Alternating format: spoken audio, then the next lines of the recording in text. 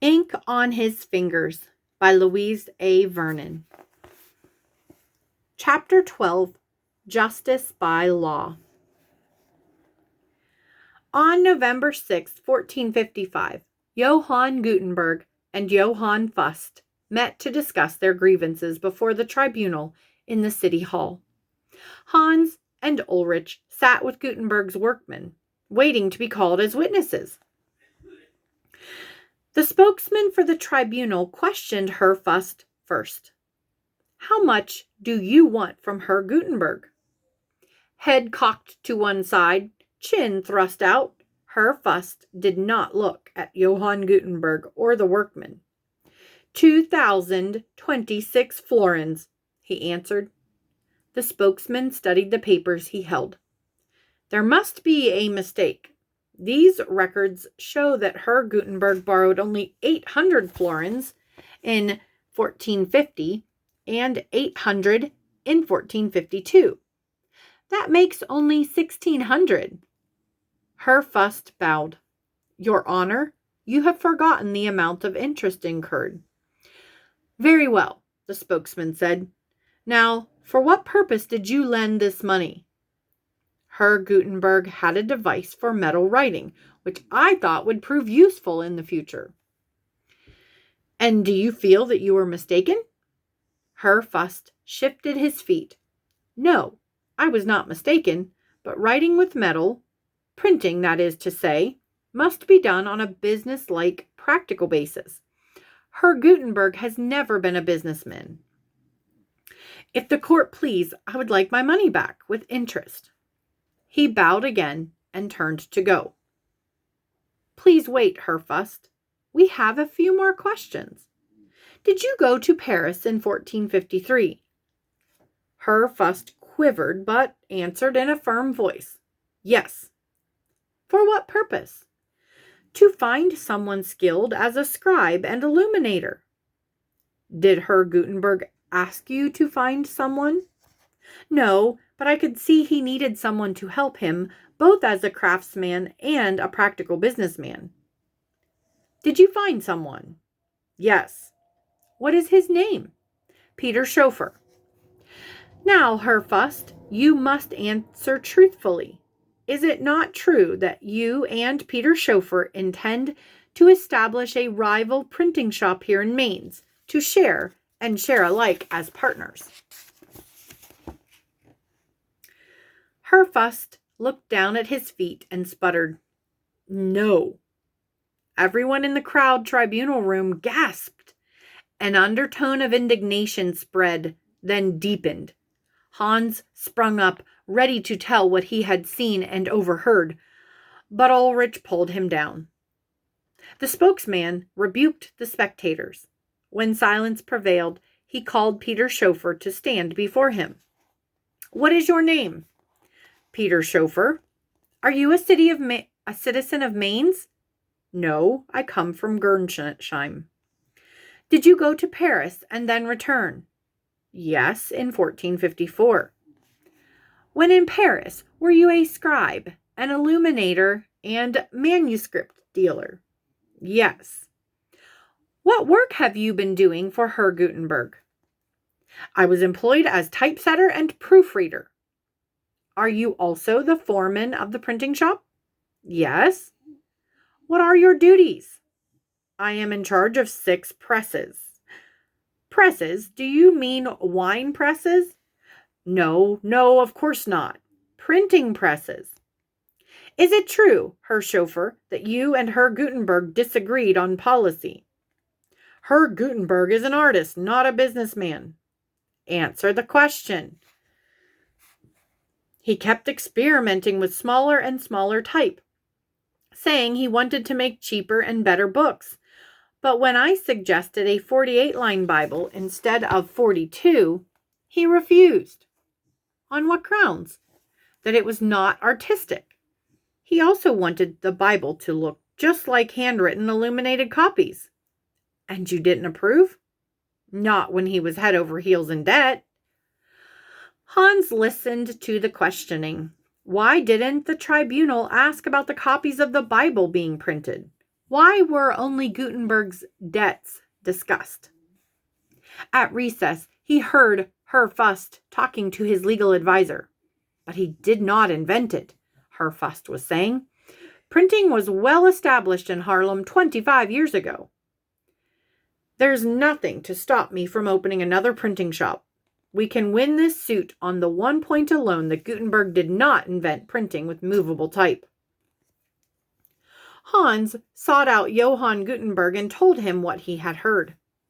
He says you didn't invent printing with movable type, Hans wound up.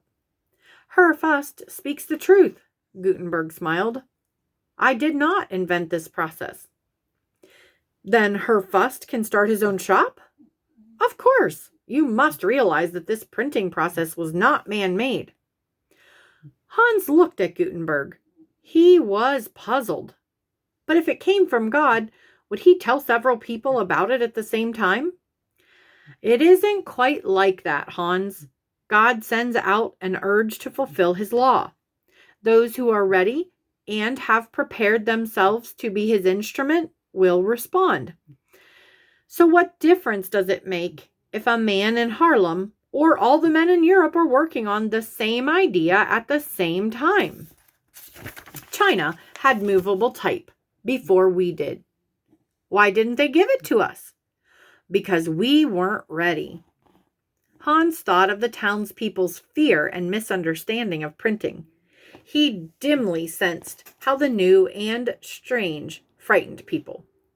When Gutenberg was questioned, he replied to the tribunal in a forthright manner. Herr Gutenberg, do you claim to be the inventor of movable type?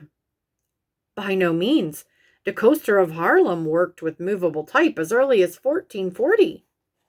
When did you complete your presses? In 1450. When did you start printing the Bible? In 1450, the day after I received the first loan from Herr Fust. Are we to understand you pledged your printing shop and equipment for the 2 loans he made? Yes, and he also became my partner. Didn't you realize what might happen, that you might not be able to pay back on the designated date? Yes, I realized all was in God's hands.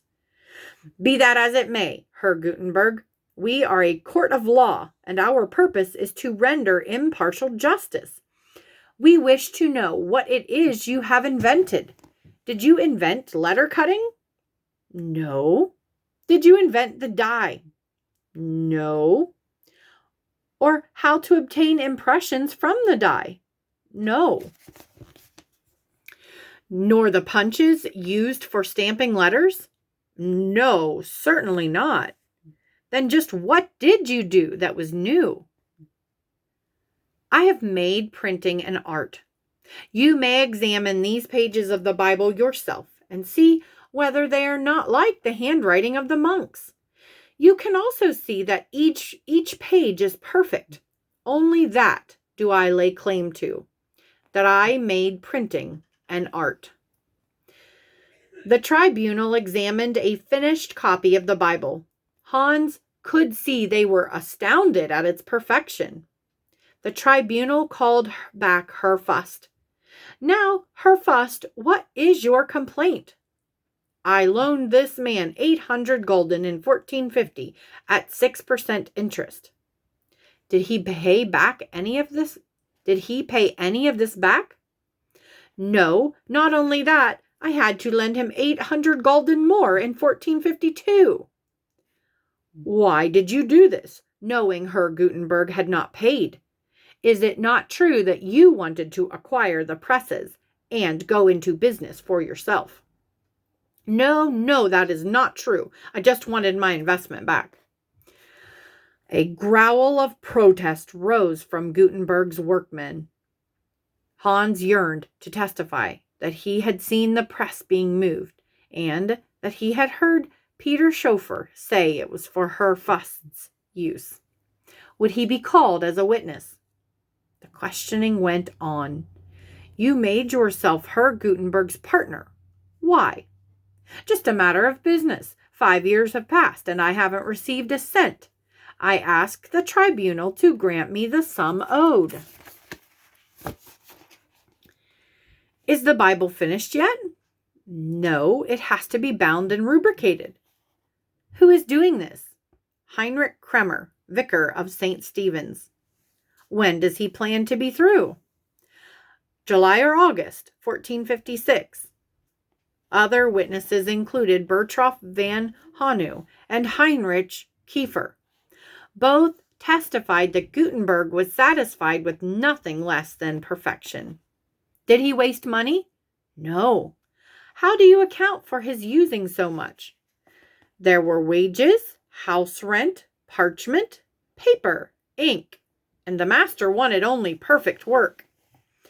The tribunal called no other witnesses. The truth lay concealed. Herr Fust, Peter Schoeffer, and Johann Gutenberg's workmen all knew that a rival printing shop had been prepared. The tribunal rendered its verdict. Johann Gutenberg would have to pay back the money he had borrowed. Johann Gutenberg could not pay any of it. Not long afterward, Hans, Ulrich, and the rest of the loyal workmen stood in front of the printing shop and watched banker Fust's men remove Johann Gutenberg's goods and equipment. Hans picked up an ink dauber dropped by one of Fust's men. The ink stained his fingers. He tried to wipe them clean, but the stains remained, like a promise for the future. Half-forgotten words of the prior echoed in Hans's mind. For every gift, God demands a sacrifice, he had said. Then Brother John's words came back to him. God tests us by opposites. A thrill of painful understanding ran through Hans. God had given Johann Gutenberg his greatest test, taking away all he had in worldly goods.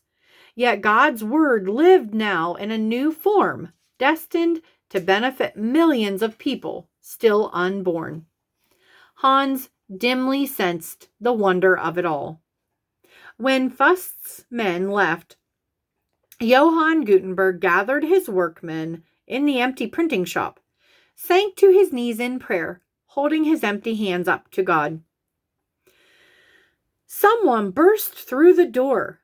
Lorenz, Gutenberg's servant, shouted, "Master! Master! We have a patron!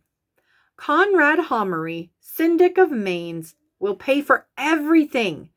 New presses, new types, everything. Master, it is the hand of God." He stopped in embarrassment. Johann Gutenberg rose with a smile. "Why, yes, I never doubted it."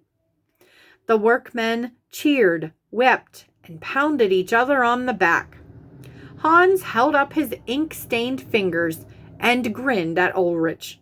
There would be much more ink on their fingers in the days to come. The author. Louise A. Vernon was born in Coquille, Oregon. As children, her grandparents crossed the Great Plains in covered wagons.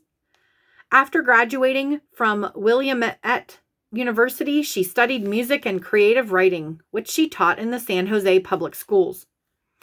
In her series of religious heritage juveniles, Vernon recreates for children events and figures from church history and Reformation times. She has traveled in England and Germany, researching firsthand the settings for her fictionalized real-life stories. In each book, she places a child on the scene with a historical character and involves the child in an exciting plot. The National Association of Christian Schools honored Ink on His Fingers as one of the 2 best children's books with a Christian message, released in 1972.